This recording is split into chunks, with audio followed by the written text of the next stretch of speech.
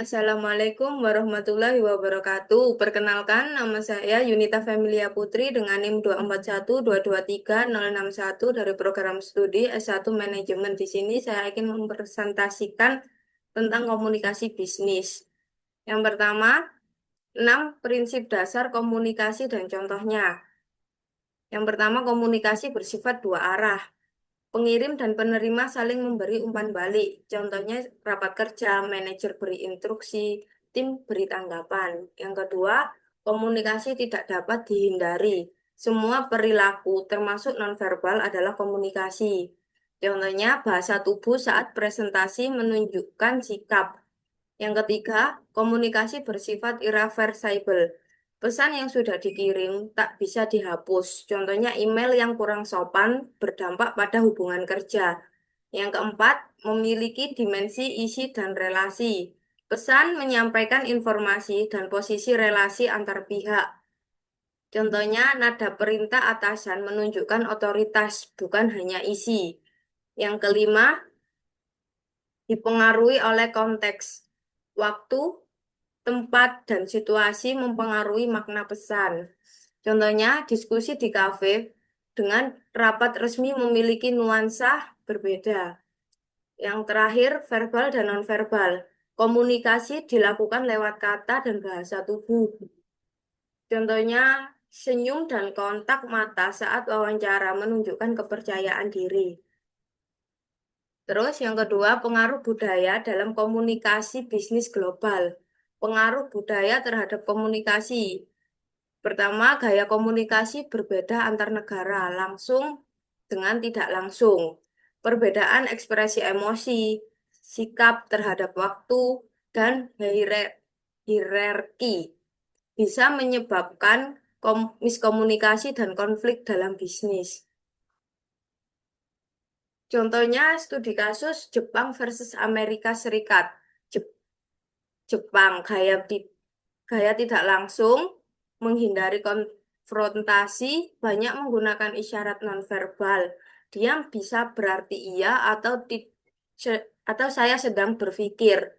Amerika Serikat gaya langsung, terbuka, lugas, dan suka diskusi terbuka. Diam bisa dianggap negatif atau tidak setuju. Dampaknya dalam bisnis, Jepang bisa dianggap US terlalu agresif. US bisa salah menafsirkan diam sebagai ketidaktahuan. Negosiasi bisa gagal jika tidak paham perbedaan gaya komunikasi. Untuk solusinya sendiri, yang pertama pelatihan lintas budaya untuk staf, yang kedua gunakan penerjemah budaya saat negosiasi, dan yang ketiga bangun empati dan fleksibilitas komunikasi. Terus yang ketiga, pengaruh budaya dalam komunikasi bisnis global. Komunikasi verbal menggunakan kata-kata, lisan atau tulisan. Contohnya presentasi, email, atau saat rapat. Jelas dan terstruktur, tapi bisa disalahartikan tanpa konteks. Sedangkan komunikasi nonverbal ini komunikasi menggunakan ekspresi wajah, gestur, nada suara, contohnya senyuman, kontak mata, bahasa tubuh, sering dianggap lebih jujur karena spontan dan sulit dikendalikan. Mengapa nonverbal lebih jujur? Contohnya, saya terbuka untuk diskusi. Itu contoh dari komunikasi verbal. Untuk komunikasi nonverbal, tangan disilangkan, hindari kontak mata.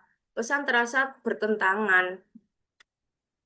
Jadi kesalahpahaman manajer memuji bagus kerjamu, tapi sambil melihat laptop ekspresi datar, kesannya tidak tulus untuk menyampaikan pesan tersebut.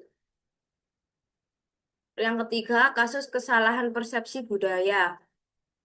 Konteks kasus, manajer dari budaya individualistik US bekerja dengan tim dari budaya kolektivistik Indonesia. Manajer menuntut inisiatif pribadi, tim menunggu instruksi dan konsensus kelompok.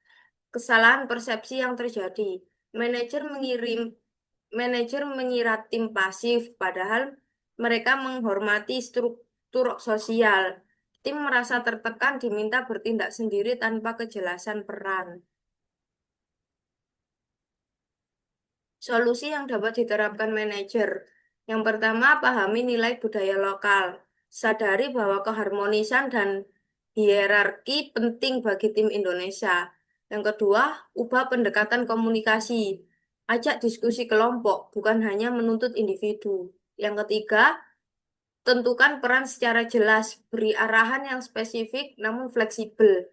Yang keempat, apresiasi secara kolektif dan individu.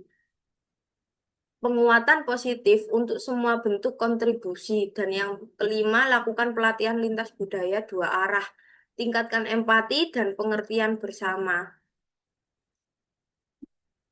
Lalu yang keempat, strategi komunikasi rapat lintas departemen. Tujuannya menyelaraskan prioritas dan ambil keputusan lintas departemen. Pertama, agenda pembukaan dan tujuan 5 menit. Presentasi tiap departemen kurang lebih 5 menit per departemen. Di- Diskusi dan klarifikasi 20 menit. Penetapan keputusan 10 menit. Ringkasan dan penutupan 5 menit. Agenda rapat, agenda dan estimasi waktu. Pembukaan dan tujuan 5 menit. Presentasi per departemen 5 menit per departemen. Diskusi lintas departemen 20 menit. Penetapan keputusan 10 menit. Dan ringkasan serta penutup 5 menit.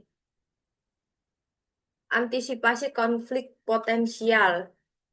Konflik umum, rebutan anggaran, perbedaan prioritas, ego antar departemen, strategi antisipasinya, fasilitas, fasilitasi netral dan aktif, fokus pada tujuan bersama, teknik parafrase, tindak yang tindak lanjut yang lebih efektif. Yang pertama, kirim notulen plus daftar keputusan H-1, tetapkan penanggung jawab tiap poin, rapat lanjutan jika perlu, dan gunakan tools kolaboratif, Google Docs, Trello, dan Notion.